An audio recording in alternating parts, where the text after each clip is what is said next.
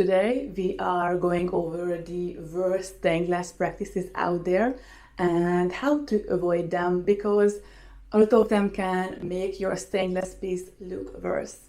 Hi, my name is Lydia, and on this channel I seek to educate and discuss topics about stained glass, glass art and creativity. If that sounds good to you, then subscribe. First up is safety. You guys, this one is a bad habit and a dangerous one as well. So it means that you avoid wearing proper safety gear. Stained glass has a few steps, and depending on the given step, you might want to adjust what are the safest equipments. I don't mean to scare away anyone, especially those who just want to start this beautiful craft. If you follow all the good practices, there is a very little chance that you suffer a serious injury. But better safe than sorry. You're going to work with sharp glass, hot soldering iron, and you can inhale fumes from the chemical agents, you name it. And I've seen so many videos on social media where they share a cool how it's made video. By the way, I love watching those, they are so inspiring. But I spot glowless little hands 80% of the time. Even professionals make this mistake, and I'm gonna be honest, it happened to me before as well. For example, I want to check out a sheet of glass quickly and I forgot to throw on my gloves. It might seem like the edge of the glass is completely smooth, but you never know, small imperfections are almost invisible. And in my experience, scratches and other possible accidents happen when we are in a rush. So please be safe, protect your pretty eyes and hands by wearing safety glasses and gloves at all times when practicing stained glass. Next up is cutting precision. Why on earth only cutting precision matters, you might ask? And it's true that you have to be as accurate as you can with each step for the best results. I like to imagine the stained glass steps together like a giant pyramid. The cutting is on the bottom. This is literally the base for all the other steps. If you mess up here, it will make the whole process a lot harder and longer. For example, you left a lot of excess glass compared to the grind pattern. Then you need to grind off all of this excess. How can you improve cutting precision? For beginners, I always recommend to practice on clear glass. It's the most easy to cut. Start with straight or lightly curved lines and use steady pressure. If you're a bit more advanced already and still feel like there is room for progress, my best tip is to try out different cutters. Your hands can get tired during cutting, or you might simply find a different grip style more comfortable.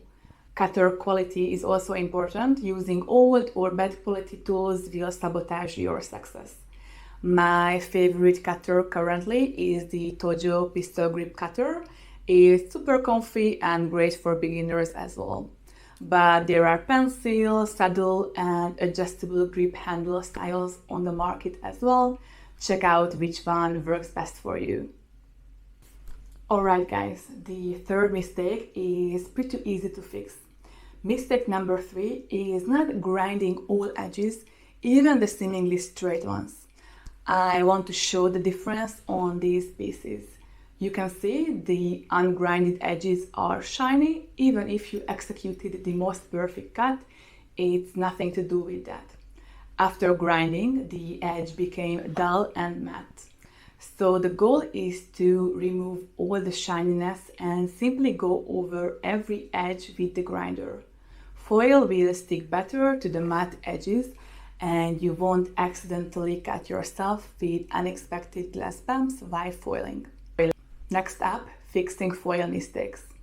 Picture this. You just foiled every little piece of your project and you pat your back and continue with the next step, which is soldering. When all of a sudden the soldering lines are not lining correctly There are gaps and mistakes where no matter how much flux you apply, solder doesn't seem to flow. That's right, glass and solder doesn't stick together on its own. We need something what bonds them, and that's going to be the copper foil. If you're not fixing foiling mistakes, especially when you have a lot of them, it will ruin the finished look. The solution is to grab a hobby knife and some extra foil after you finished foiling.